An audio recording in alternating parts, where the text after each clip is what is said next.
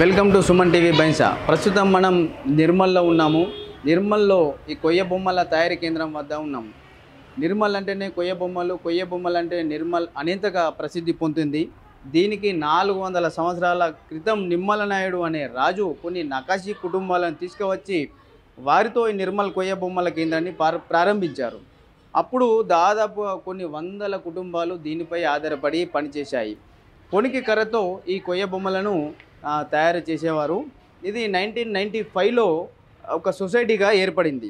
ప్రభుత్వం సహకరిస్తే ఈ కళ అంతరించిపోకుండా ముందుకు సాగుతుంది అని నిర్వాహకులు చెప్తా ఉన్నారు.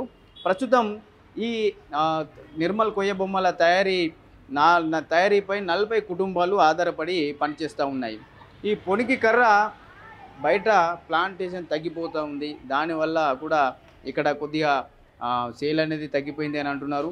సేల్కి ఇక్కడ బాగున్నాయని కూడా, కానీ పొనికి కర్ర తగ్గిపోవడం వల్ల చాలా ఇబ్బందులు అవుతున్నాయని కూడా చెప్తా ఉన్నారు. ఒకసారి దీని నిర్వాహకులను దీని గురించి, దీని చరిత్ర గురించి, దీనికి ఉన్న విశిష్టతను గురించి ఒకసారి అడిగి తెలుసుకుందాం.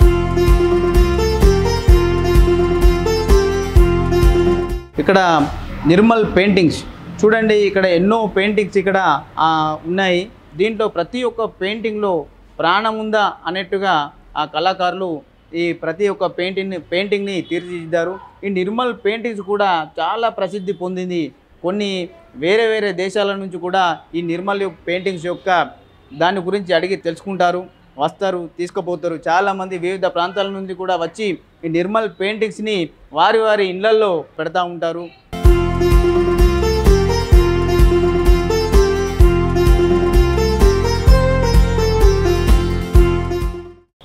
శంకర్ గారు మనతో పాటు అందుబాటులో ఉన్నారు.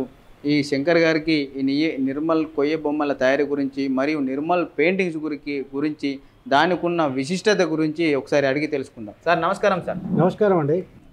నా పేరు బిఆర్ శంకర్. నేను నిర్మల్ కొయ్య బొమ్మల సంఘాల మేనేజర్గా పనిచేస్తున్నాను. నిర్మల్ కొయ్య బొమ్మలు అనగానే దేశవ్యాప్తంగా మరియు ప్రపంచవ్యాప్తంగా ప్రసిద్ధి చెంది అందరికీ తెలిసిన విషయమే.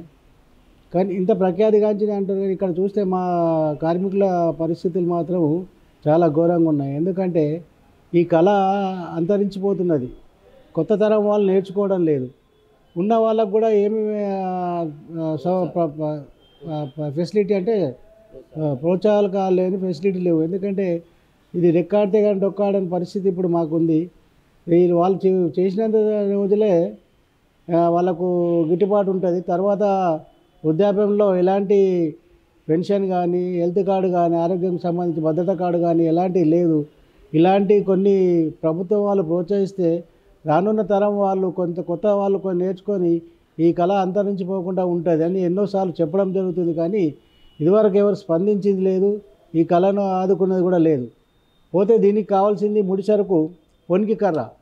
ఈ పొనికి కర్ర ప్రస్తుతము ఎక్కడ అడవులలో చాలా బాగా మాకు అందుబాటులో లేదు. దీని గురించి ప్లాంటేషన్ గురించి చెప్పడం జరిగింది.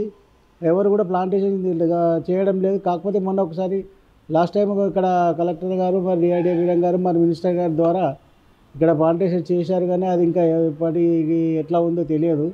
అది చేసినా కానీ మాకు అది 15 సంవత్సరాలు, మినిమం 15 సంవత్సరాలు కావాలా అందుబాటులోకి రావాలంటే.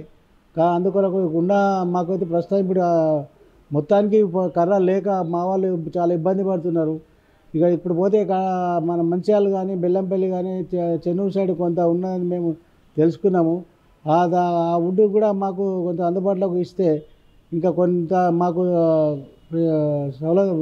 ఫెసిలిటీగా ఉంటుంది కానీ చెప్తున్నాము. సో ఇక్కడ మాకున్న మార్కెటింగ్ అంటే మాకున్న పనులు ఇప్పుడు బాగానే ఉంది. చేసేవాళ్ళు లేక మేము ఇబ్బంది పడుతున్నాము. మార్కెట్ కూడా కొంచెం ప్రోత్సహించాలా.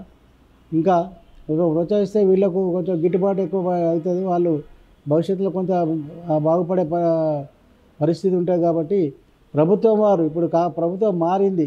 ఈ ప్రభుత్వం అయినా పట్టించుకొని ఈ చిన్న పరిశ్రమను ఆదుకుంటారని మేము అనుకుంటున్నాం. ఈ పరిశ్రమ గతంలో 400 ఏళ్ళ చరిత్ర ఉన్నదని చెప్తూ ఉంటారు. కాకపోతే 100 సంవత్సరాల క్రితం ఎవరిళ్ళలో వారు చేసుకునేవాళ్ళు. అది అక్కడ గిట్టుబాటు కాక 1950 సంవత్సరం సొసైటీగా ఏర్పడింది. అప్పటి నుంచి ఇప్పటి వరకు మేము దీన్ని నడిపిస్తూనే ఉన్నాము.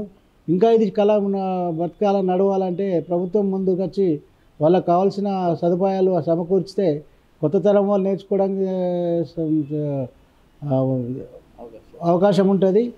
అది ముందుకు పోతే కళ, లేకపోతే ఇంతటితో అంతరించిపోతుంది అని చెప్తున్నాను.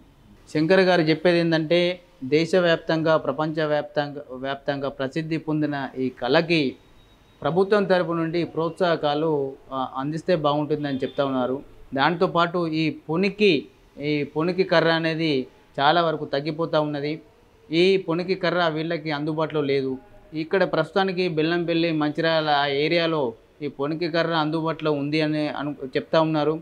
ఆ కర్ర వీళ్ళకి అందుబాటులో తెస్తే ఇంకా వీళ్ళకు ప్రోత్సహించినట్టు ఉంటుందని చెప్తా ఉన్నారు. ఈ కళ అంతరించిపోకుండా ఉండాలంటే ఇక్కడ పనిచేసే కుటుంబాలకి ప్రభుత్వం తరపు నుంచి ప్రోత్సాహకాలు ఇస్తే బాగుంటుందని, పెన్షన్ సదుపాయం కల్పిస్తే బాగుంటుందని శంకర్ గారు చెప్తా ఉన్నారు.